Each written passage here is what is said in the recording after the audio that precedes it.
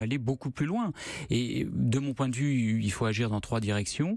D'abord, il faut continuer la répression. Il faut mener une lutte sans merci, sans relâche contre ces marchands de sommeil, ces propriétaires voyous.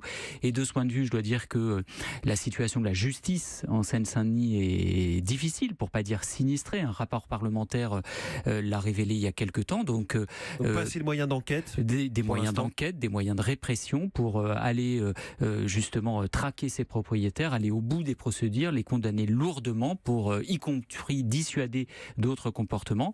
Deuxième chose, il faut reprendre la lutte contre l'habitat insalubre. Et de ce point de vue, moi je le dis, et je ne veux pas polémiquer particulièrement, mais enfin quand même, le rapport Borloo il y a quelques semaines rappelait la nécessité de reprendre massivement la rénovation urbaine, et notamment avec son volet d'éradication de l'habitat ancien dégradé. Et la rénovation urbaine est au ralenti en ce moment, donc il faut absolument reprendre cette politique de rénovation urbaine, notamment vis-à-vis de ces quartiers anciens dégradés. Et enfin, troisième chose, il faut lutter contre la crise du logement. Et lutter contre la crise du logement, notamment en Île-de-France, c'est de construire massivement des logements sociaux accessibles au plus grand nombre. Vous parlez de cette rénovation urbaine. On a vu ce qu'il était advenu du rapport Borloo face aux contraintes budgétaires qui sont celles du gouvernement aujourd'hui. Est-ce que vous pensez qu'Emmanuel Macron peut être sensible à ce genre de besoin? Écoutez, les contraintes budgétaires du gouvernement, c'est celles qu'il s'est données lui-même. Quand le gouvernement se prive de recettes importantes, notamment pour favoriser la fiscalité des plus riches de ce pays,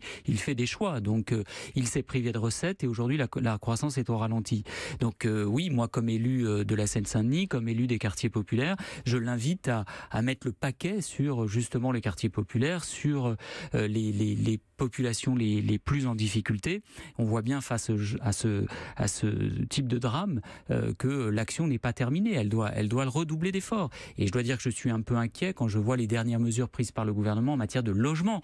Le gouvernement a pris des mesures dans le cadre de la loi de finances 2018 et à travers la loi Elan qui devait créer un choc de l'offre. Le choc de l'offre, il a eu lieu, oui, mais à l'inverse. C'est-à-dire que en 2017, on a eu un pic de construction de logements avec une part importante de logements sociaux. Les premiers mois de l'année 2018 sont catastrophiques en matière de construction.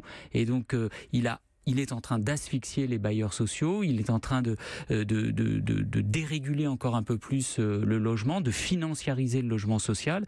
Et ça, du point de vue de la construction du logement accessible à tous, c'est dramatique. On est toujours sur